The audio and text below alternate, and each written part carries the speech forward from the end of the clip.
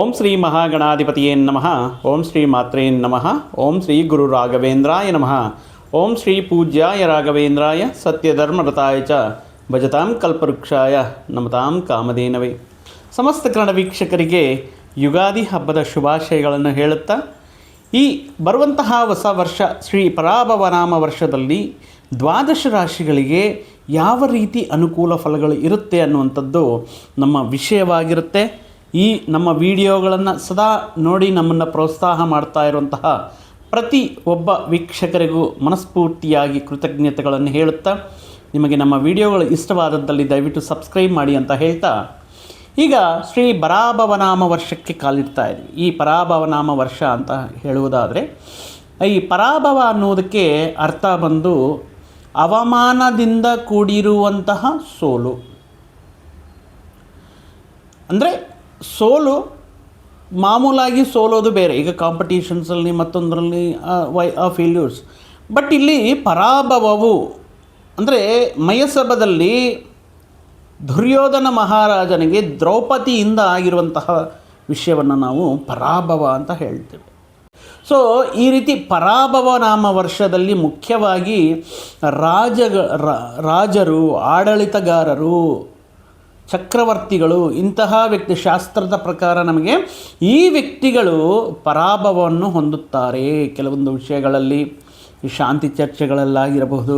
ಪರಾಭವನಾಮ ವರ್ಷದಲ್ಲಿ ದ್ವಾದಶ ರಾಶಿಗಳಿಗೆ ಯಾವ ರೀತಿ ಫಲಗಳಿರುತ್ತೆ, ಅದರಲ್ಲಿ ಬುಧನ ಅಧಿಪತಿಯಾಗಿರುವಂತಹ ಮಿಥುನ ರಾಶಿ ಜಾತಕರಿಗೆ ಮುಖ್ಯವಾಗಿ ಈ ಶ್ರೀ ಪರಾಭವನಾಮ ವರ್ಷ ಅಂದರೆ ಈ 19ನೇ ತಾರೀಕು ಮಾರ್ಚ್ 2026ರಿಂದ 2027ರಲ್ಲಿ ಬರುವಂತಹ ಯುಗಾದಿಯವರೆಗೆ ಇವರ ಆದಾಯ, ಮಾಡುವಂತಹ ಖರ್ಚು, ಅವಮಾನ, ಗೌರವ, ವ್ಯಾಪಾರಾದಿ ವಿಷಯಗಳು, ಗೋಚಾರ ವಿಷಯಗಳು, ಉದ್ಯೋಗ, ವಿವಾಹ, ಸಂತಾನ ಇತ್ಯಾದಿ ಸಂಪೂರ್ಣ ಮಾಹಿತಿಯನ್ನು ನಿಮ್ಮ ಮುಂದಕ್ಕೆ ತಂದಿದ್ದೇವೆ ಅಂತ ಹೇಳ್ತಾ, ಮುಖ್ಯವಾಗಿ ಮಿಥುನ ರಾಶಿಯವರಿಗೆ ಈ ಶ್ರೀ ಪರಾಭವನಾಮ ವರ್ಷದಲ್ಲಿ ಆದಾಯ ಮೂಲೆಗಳನ್ನು ನೋಡಿದರೆ 11 ಮೂಲೆಗಳಿಂದ, ಅಂದರೆ 11 ನಂಬರ್ ಬಂದಿದೆ. ಒಳ್ಳೆಯದು, ಏಕಾದಶ ನಂಬರು. ಅಂದರೆ ಈ ನಂಬರ್ ಈ ಸಂಖ್ಯೆ ಏನನ್ನು ಸೂಚಿಸುತ್ತಾ ಅಂದರೆ ನಿಮಗೆ ಬರುವಂತಹ ಆದಾಯ ಮಾರ್ಗಗಳು, ಆದಾಯ ಮೂಲೆಗಳು ಅದ್ಭುತವಾಗಿರುತ್ತೆ. ಅಂದರೆ ನೀವು ಪಡ್ತಾ ಇರುವಂತಹ ಕಷ್ಟಕ್ಕೆ ಆದಾಯವನ್ನು, ಲಾಭವನ್ನು, ಅನುಕೂಲತೆಯನ್ನು ನೀಡುವಂತಹ ವಿಷಯಗಳು ಅದ್ಭುತವಾಗಿರುತ್ತೆ. ಮತ್ತು ಖರ್ಚು ಎಷ್ಟು ಇದೆ, ವ್ಯಯಭಾವ ನೋಡಿದ್ರೆ 8 ಇದೆ, ಪರವಾಗಿಲ್ಲ. ಅಂದರೆ ಅದು ಒಂದು ರೀತಿ ಅನುಕೂಲವಾಗಿರುವಂತಹ ಖರ್ಚುಗಳಿರುತ್ತೆ. ಅನುಕೂಲ ಅಂದರೆ ಗೃಹ ನಿರ್ಮಾಣ ಆಗಿರ್ಬೋದು, ವಿವಾಹಾದಿ ಶುಭ ಕಾರ್ಯಗಳಾಗಿರ್ಬೋದು, ಸಂತಾನದ ವಿದ್ಯಾಭ್ಯಾಸ ಆಗಿರ್ಬೋದು, ಈ ರೀತಿ ಖರ್ಚುಗಳು ಮಾಡುವಂತಹ ಸಾಧ್ಯತೆಯೂ ಇದೆ. ಆದರೆ ಮಿಥುನ ರಾಶಿಯವರಿಗೆ ಈ ವರ್ಷ ಅವಮಾನದ ಪಾಲು ಬಹಳಷ್ಟು ಇದೆ, 7. ಗೌರವ ಕೇವಲ 1. ಅಂದರೆ ಇದರ ಮುಖಾಂತರ ಏನು ತಿಳ್ಕೋಬೇಕು ನಾವು ಅಂದರೆ, ನಮ್ಮ ಕೆಲಸ ಏನೋ ನಾವು ಮಾಡ್ಕೊಂಡು ಹೋಗ್ತಾ ಇರಬೇಕು. ನಮಗೆ ಗೌರವ ಇಲ್ಲದ ಕಡೆಗೆ, ನಮ್ಮ ಮಾತಿಗೆ ಬೆಲೆ ಇಲ್ಲದಿರುವಂತಹ ವ್ಯಕ್ತಿಗಳ ಮಧ್ಯೆ ಅಥವಾ ಅನಾವಶ್ಯಕವಾಗಿರುವಂತಹ ವಿಷಯಗಳಲ್ಲಿ ತಲೆ ಹಾಕೋದು, ಅಥವಾ 3ನೇ ವ್ಯಕ್ತಿಯ ಬಗ್ಗೆ ಮಾತಾಡೋದು, ಏನೋ ಒಂದು ವಿಷಯದಲ್ಲಿ ನಾವು ಇನ್ವಾಲ್ವ್ ಆಗಿ ಅನಾವಶ್ಯಕವಾಗಿ ವಿಷಯಗಳನ್ನು ಹೇಳೋದು, ಕೆಲವೊಂದು ಸಾರಿ ಮಾತಿನ ಬರದಲ್ಲಿ ಮಾತಾಡುವಂತಹ ಮಾತುಗಳು ಇತ್ಯಾದಿ ವಿಷಯಗಳ ಬಗ್ಗೆ ಗಮನದಲ್ಲಿರ್ಕೋಬೇಕಾಗಿರುತ್ತೆ. ಇಲ್ಲ ಅಂದರೆ ಏನಾಗುತ್ತೆ, ನಮ್ಮ ಮಾತಿಗೆ ಬೆಲೆ ಇಲ್ಲದಿರೋದಾಗಿರ್ಬೋದು, ಅವಮಾನಗಳು, ಸಣ್ಣ ಪುಟ್ಟ ಅವಮಾನಗಳು ಈ ಕೆಲವೊಂದು ವ್ಯಕ್ತಿಗಳಿಂದ. ಅಂದರೆ ಯಾವ ರೀತಿ ಇರುತ್ತೆ ಅಂದರೆ, ಈಗ ಇದಕ್ಕೆ ಮುಂಚೆ ಎಲ್ಲಾದರೂ ಆಫೀಸಲ್ಲಿ ಟೀ ಕಾಫಿ ಕೊಡುವಂತಹ ವ್ಯಕ್ತಿ ಇದಕ್ಕೆ ಮುಂಚೆ ಸರ್ ಕಾಫಿ ಬೇಕಾ, ಟೀ ಬೇಕಾ, ಏನಾದರೂ ಬೇಕಾ ಅಂತ ಕೇಳ್ತಾ ಇರ್ತಾರೆ ಬಂದು. ಬಟ್ ಅವಮಾನದ ಪಾಲು ಜಾಸ್ತಿ ಆದಾಗ ಏನಾಗುತ್ತೆ ಅಂದರೆ, ನಾವೇ ಏನಪ್ಪ ಸ್ವಲ್ಪ ಕಾಫಿ ಕೊಡ್ತೀರಾ, ಟೀ ಕೊಡ್ತೀರಾ ಅಂತ ಕೇಳಿದ್ರೂ ಕೂಡ, ಅಂದರೆ ಅದು ಉದಾಹರಣೆಗೆ ಹೇಳ್ತಾ ಇದ್ದೀನಿ, ಸರ್ ನೀವು ಯಾವಾಗಲೂ ಟೀ ಕಾಫಿ ಅಂತ ಇರ್ತೀರ, ನನಗೆ ಸಿಕ್ಕಾಪಟ್ಟೆ ಕೆಲಸ ಇದೆ, ಕೊಡ್ತೀನಿ ಇರಿ ಅಂತ ಅಲಕ್ಷ್ಯದಿಂದ ಮಾತನಾಡುವಂಥ ಸಂದರ್ಭಗಳಿರುತ್ತೆ. ಸೊ ಆದ್ದರಿಂದ ತಾಳ್ಮೆಯಿಂದ ಇರಬೇಕಾಗಿರುತ್ತೆ. ಸೊ ನಿನ್ನ ಕೆಲಸ ಈ ರೀತಿ ವಿಷಯಗಳಿಗೆ ವಾದ ವಿವಾದಗಳಿಗೆ ಹೋದರೆ ಸಂದರ್ಭದಲ್ಲಿ ಆ ವ್ಯಕ್ತಿಯ ಜೊತೆ ಅಥವಾ ಕೆಲವೊಂದು ವ್ಯಕ್ತಿಗಳ ಜೊತೆ ಈ ರೀತಿಯ ಅವಶ್ಯಕವಾಗಿ ವಾದ ವಿವಾದಗಳು ನಡೆಯುವಂಥ ಸಾಧ್ಯತೆಯು ಇರುತ್ತೆ.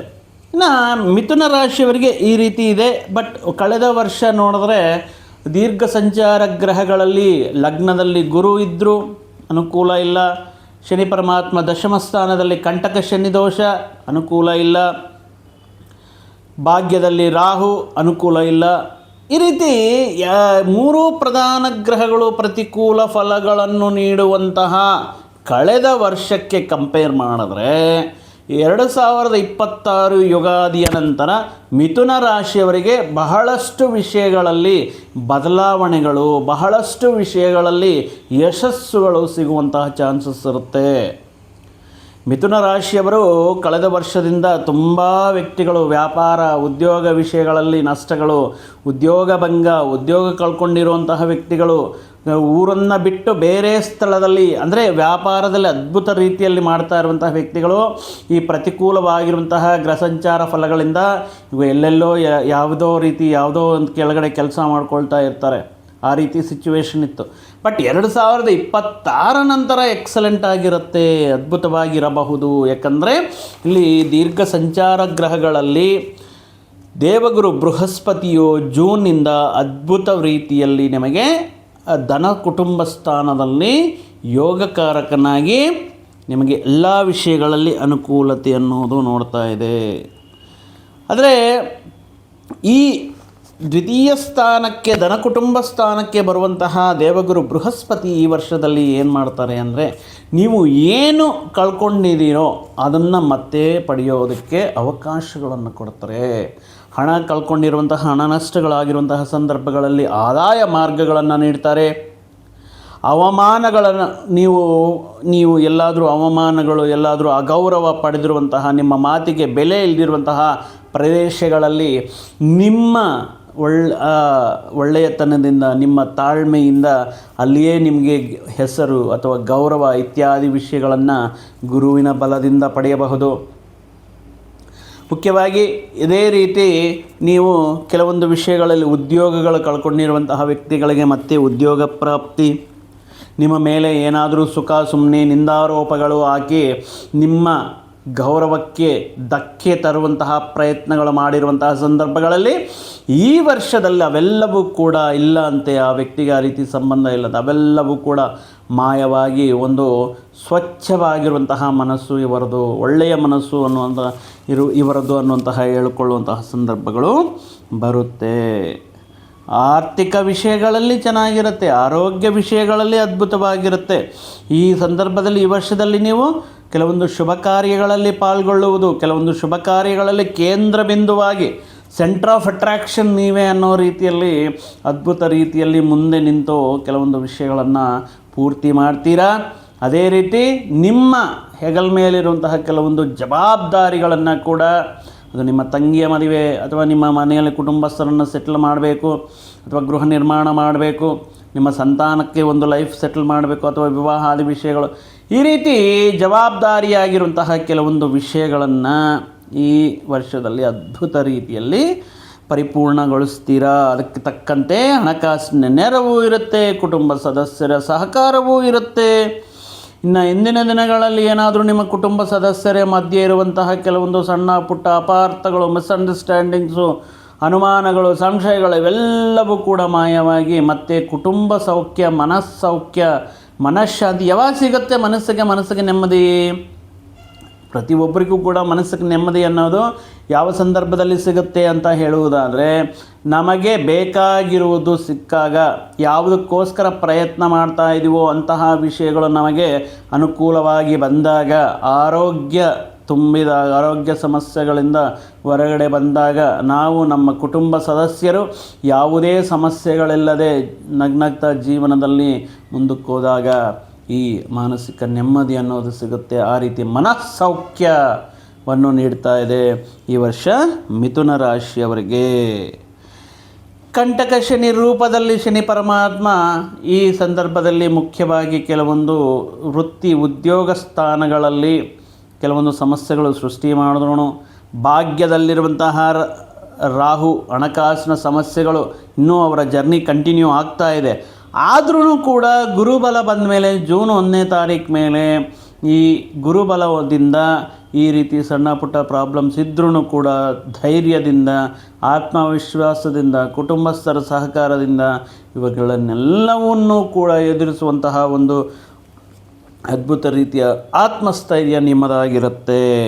ವಿವಾಹ ಪ್ರಯತ್ನಗಳು ಬಹಳಷ್ಟು ಈ ಮಿಥುನ ರಾಶಿಯವರಿಗೆ ಈ ವರ್ಷ ಅನುಕೂಲವಾಗುವುದಕ್ಕೆ ಅದ್ಭುತ ರೀತಿಯಲ್ಲಿದೆ. ಉದ್ಯೋಗ ವಿಷಯಗಳಲ್ಲಿ, ವೃತ್ತಿ ಉದ್ಯೋಗಗಳಲ್ಲಿ ಸ್ವಲ್ಪ ಒತ್ತಡ ಇದ್ರೂ ಕೂಡ, ಸ್ವಲ್ಪ ತೊಂದರೆಗಳು, ಆತಂಕಗಳು ಇದ್ರೂ ಕೂಡ ನಿಮ್ಮ ತಿಳುವಳಿಕೆಯಿಂದ, ನಿಮ್ಮ ಸಾಮರ್ಥ್ಯದಿಂದ, ಪ್ರತಿಭೆಯಿಂದ ಅವುಗಳನ್ನೆಲ್ಲನೂ ಕೂಡ ಗೆಲ್ಲುವಂತಹ ಶಕ್ತಿ, ದೈವಬಲ ನಿಮಗೆ ಈ ವರ್ಷ ಸಿಗ್ತಾ ಇದೆ.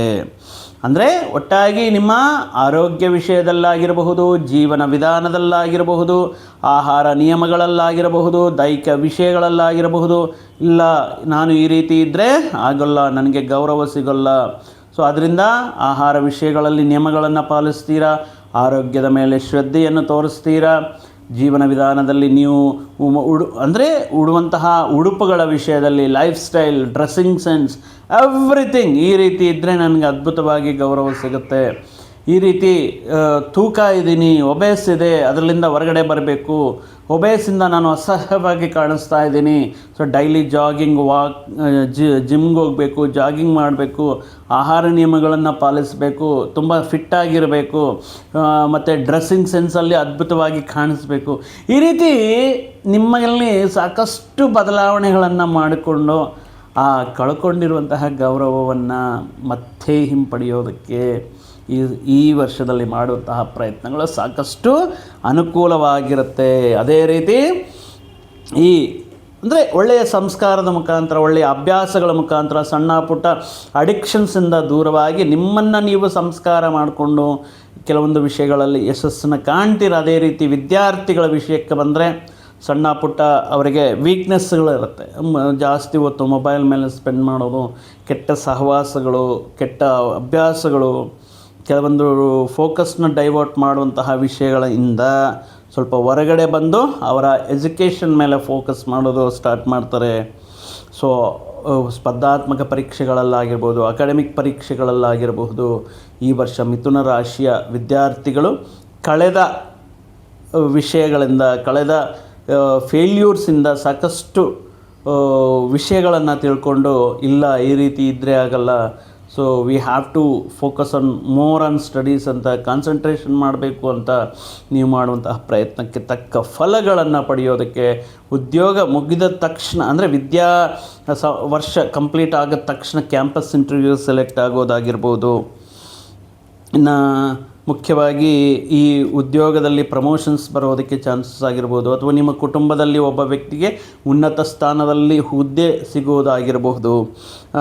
ಈ ರೀತಿ ಅನುಕೂಲ ಫಲಗಳನ್ನು ಗುರುಬಲದಿಂದ ಮಿಥುನ ರಾಶಿಯವರು ಪಡೆಯಬಹುದು ಈ ವರ್ಷದಲ್ಲಿ. ಇನ್ನು ಶನಿ ಪರಮಾತ್ಮ ಕಂಟಕ ಸ್ಥಾನದಲ್ಲಿ ಮತ್ತೇನು ತೊಂದರೆ ಕೊಡ್ತಾ ಇಲ್ವ ಅಂದರೆ ಕೊಡ್ತಾರೆ. ಯಾವ ರೀತಿ?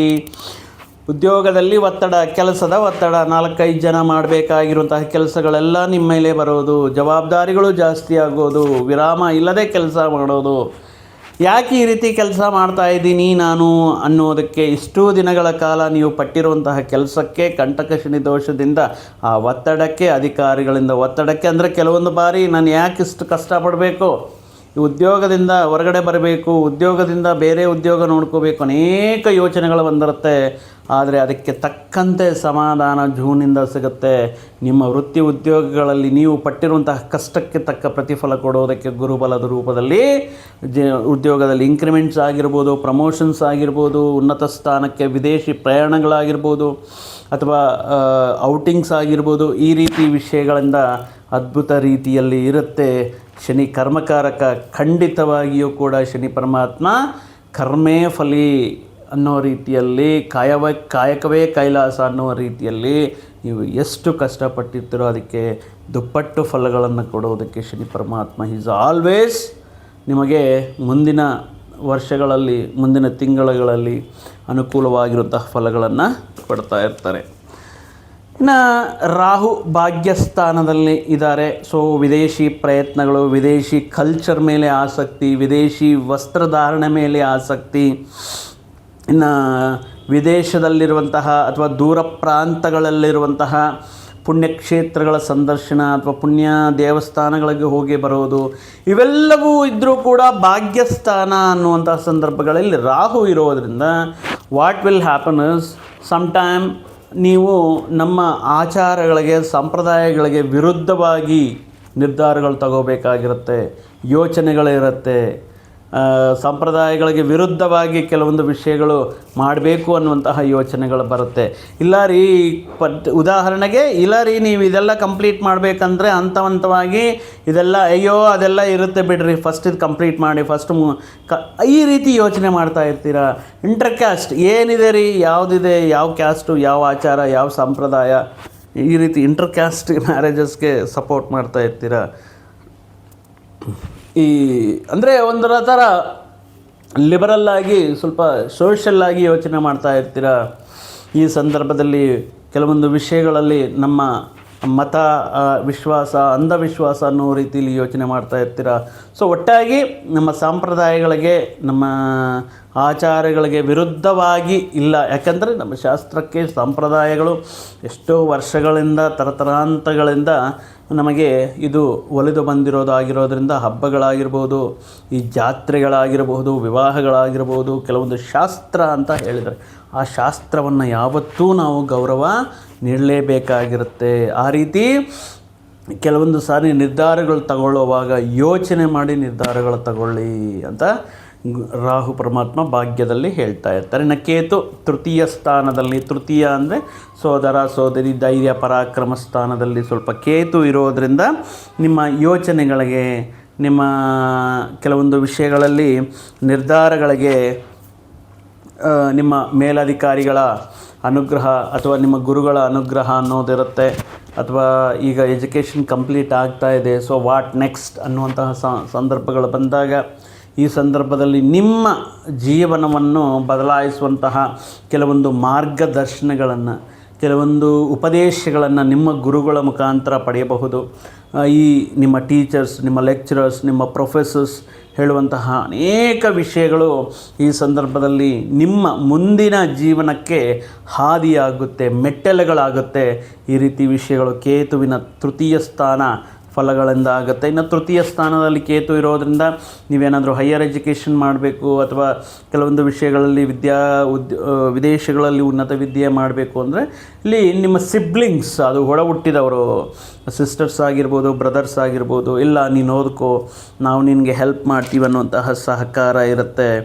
ಸೊ ಆ ರೀತಿ ಒಟ್ಟಾಗಿ ದೈವ ಬಲದಿಂದ ಈ ವರ್ಷ ಮಿಥುನ ರಾಶಿಯವರಿಗೆ ಗುರು ಧನಸ್ಥಾನ ಸಂಚಾರ ಆಗಿರ್ಬೋದು, ಕೇತು ತೃತೀಯ ಸ್ಥಾನ ಸಂಚಾರ ಆಗಿರಬಹುದು, ರಾಹುಕೇತುಗಳು ಟಿಲ್ ಡಿಸೆಂಬರ್ 5 ಕೂಡ ಈ ರೀತಿ ಕೆಲವೊಂದು ವಿಷಯಗಳಲ್ಲಿ ಇದ್ರೂ ಕೂಡ ಅದ್ಭುತವಾಗಿರುವಂತಹ ಗುರುಬಲ ನಿಮ್ಮನ್ನು ಸಕ್ಸಸ್ ಹಾದಿಗೆ ನಡೆಯುತ್ತೆ.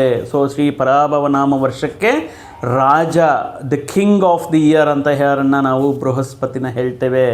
ಮಿನಿಸ್ಟರ್ ಯಾರಪ್ಪ, ಮಂತ್ರಿ ಯಾರು ಅಂದರೆ ಕುಜನನ್ನು ಹೇಳ್ತೇವೆ. ಸೊ ಆದ್ದರಿಂದ ಪ್ರತಿಯೊಬ್ಬ ವ್ಯಕ್ತಿಯೂ ಕೂಡ ಈ ವರ್ಷದಲ್ಲಿ ಸಾಕಷ್ಟು ಅನುಕೂಲ ಫಲಗಳು ಸಿಗಬೇಕು, ಅನುಕೂಲ ವಿಷಯಗಳು ನಡೆಯಬೇಕು ಅಂದರೆ ಪ್ರತಿ ಗುರುವಾರವೂ ಕೂಡ ನೀವು ಶ್ರೀ ಗುರುರಾಯರ ದರ್ಶನವನ್ನು ಪಡೆಯೋದಾಗಿರಬಹುದು, ಅಥವಾ ದತ್ತಾತ್ರೇಯ ಆರಾಧನೆಯನ್ನು ಮಾಡುವುದಾಗಿರ್ಬೋದು, ದಕ್ಷಿಣಾಮೂರ್ತಿ ಸ್ತೋತ್ರವನ್ನು ಪಠಣ ಮಾಡುವುದಾಗಿರ್ಬೋದು, ಯೆಲ್ಲೋ ಕಲರ್ ಡ್ರೆಸ್ ವೇರ್ ಮಾಡುವುದಾಗಿರ್ಬೋದು ಗುರುವಾರದಂದು.